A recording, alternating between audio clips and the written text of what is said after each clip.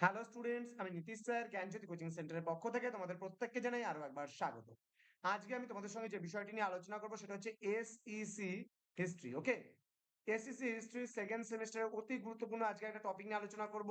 অবশ্যই মার্কস কিন্তু 5 মার্কসের। ওকে, কি বিষয় নিয়ে আলোচনা করব? লেখাগারের কর্মপদ্ধতিগুলি আলোচনা করো। এবং এই যে বিষয়টা রয়েছে খুবই গুরুত্বপূর্ণ তোমাদের জন্য, এবং এর জন্য তোমাদের কি করতে হবে? ক্লাসটি শেষ পর্যন্ত অবশ্যই ধৈর্য ধরে দেখবে।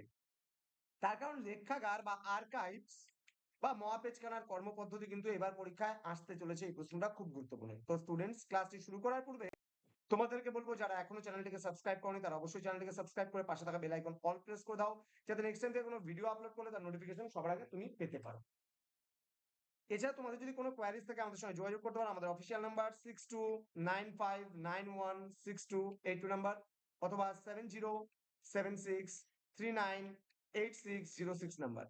টোটাল কোর্স ফি তোমাদের রয়েছে মাত্র 999 টাকা। তোমরা যদি কেউ ভাবো একটা সাবজেক্ট পড়বে মেজর ছাড়া, তাহলে 199, দুটো পড়লে 299, তিনটে পড়লে 399 এবং চারটা পড়লে 499 এর বিনিময়ে তুমি কিন্তু কোর্সটা কভার আপ করতে পারো। চলো শুরু করছি ক্লাসটি। লেখাগারের কর্মপদ্ধতি। ওকে, লেখাগার হলো একটি প্রতিষ্ঠান যেখানে বিভিন্ন প্রকারের গুরুত্বপূর্ণ নথি, দলিল, পাণ্ডুলিপি, মানচিত্র, চিঠিপত্র, ফটোগ্রাফ ইত্যাদি সংরক্ষিত থাকে। এই নথি ও দলিলগুলি সাধারণত ঐতিহাসিক, প্রশাসনিক, সামাজিক বা সাংস্কৃতিক গুরুত্ব কিন্তু বহন করে। এবার লেখাগারের কর্মপদ্ধতিগুলো কি কি? লেখাগার কি কি কাজ করে থাকে? দেখো, সবার প্রথমে লেখাগার কি করে? সংগ্রহ করে। কি সংগ্রহ করে? বলছি বিভিন্ন উৎস থেকে প্রাসঙ্গিক ও গুরুত্বপূর্ণ নথি ও দলিল সংগ্রহ করা হয়।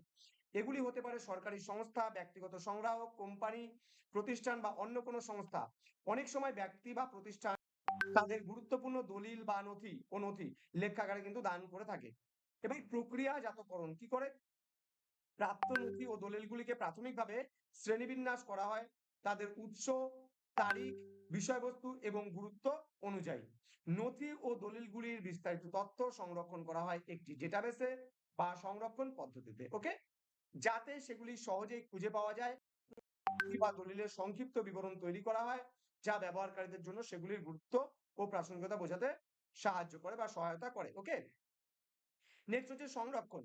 বলছে নথি ও দলিলগুলির অপক্ষয় রোধে বিশেষ ব্যবস্থা গ্রহণ করা হয়, যেমন তাপমাত্রা, আর্দ্রতা নিয়ন্ত্রণ, বিশেষ সংরক্ষণ উপকরণ ব্যবহার কিন্তু করা হয়।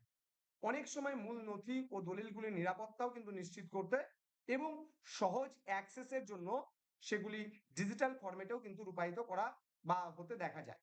এবার ব্যবহারকারীর সহায়তা কি কি রয়েছে? ধ্যান দিন। ব্যবহারকারীদের প্রশ্নের উত্তর প্রদান এবং তাদের গবেষণায় সহায়তা করা হয়। নতুন ব্যবহারকারীদের জন্য লেখাগারের ব্যবহার সম্পর্কিত নির্দেশিকা ও প্রশিক্ষণ কিন্তু প্রদান করাও কিন্তু প্রয়োজন হয়ে পড়ে। এবার রক্ষণাবেক্ষণ কি বলছে? সংরক্ষিত নথি ও দলিলগুলি নিয়মিত পরিদর্শন করা হয় তাদের অবস্থা পর্যালোচনা এবং প্রয়োজনীয় রক্ষণাবেক্ষণ নিশ্চিত করতে। ওকে, কি বলছে? ক্ষতিগ্রস্ত নথি ও দলিলগুলি প্রয়োজনীয় মেরামত মানে করা হয় এবং তাদের দীর্ঘস্থায়িত্ব নিশ্চিত কিন্তু করা হয়। তো স্টুডেন্টস, এই ছিল আজকের ক্লাসটি। তোমরা যারা এখনো পর্যন্ত আমাদের জ্ঞানজ্যোতি কোচিং সেন্টার অফিসিয়াল ইউটিউব চ্যানেলটিকে সাবস্ক্রাইব করে তারা অবশ্যই চ্যানেলটিকে সাবস্ক্রাইব করে পাশে থাকা বেল আইকন অল প্রেস করবে। তোমাদের যদি কোনো কোয়ারিজ থাকে আমাদের সঙ্গে যোগাযোগ করো। আমাদের অফিসিয়াল নাম্বার দুটো দেওয়া আছে, দেখতে পাচ্ছ। এছাড়া আমাদের ওয়েবসাইট ভিজিট করতে পারো, আমাদের ইউটিউব চ্যানেল ভিজিট করতে পারো। তোমাদের উজ্জ্বল ভবিষ্যৎ গড়ে তুলবো আমরা, এটাই কিন্তু আমাদের মূল প্রতিশ্রুতি। দেখা হচ্ছে খুব তাড়াতাড়ি পরবর্তী ক্লাস নিয়ে। তোমরা প্রত্যেকে ভালো থেকো, সুস্থ থেকো। Thank you so much. Thanks for watching. After all, thank you.